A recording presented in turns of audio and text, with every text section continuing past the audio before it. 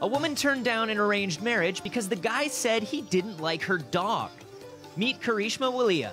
She's originally from Bangalore and currently works in Gurgaon as an analyst.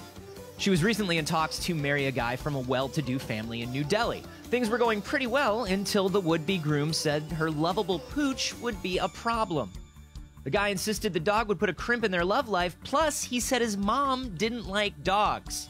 That is when she shut it down. You can see in their text message exchange when he says, "Are you sure about your decision? It might be a temporary phase in your life when you like dogs. We are talking about your life here."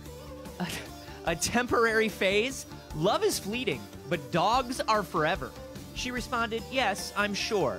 Having a dog is definitely not a temporary phase. I can't abandon my dog for anyone." Then, to show us all just what a keeper he really is, he responded, "I'm sorry to say this, but please marry the dog in that case." Looks like you dodged a bullet there, Karishma. She told BuzzFeed he would say things like, "Family should be a priority and not career. I gave up when he commented about my dog. I don't know why my family still thinks he's an eligible bachelor." We don't know either, Karishma, but you are now our hero.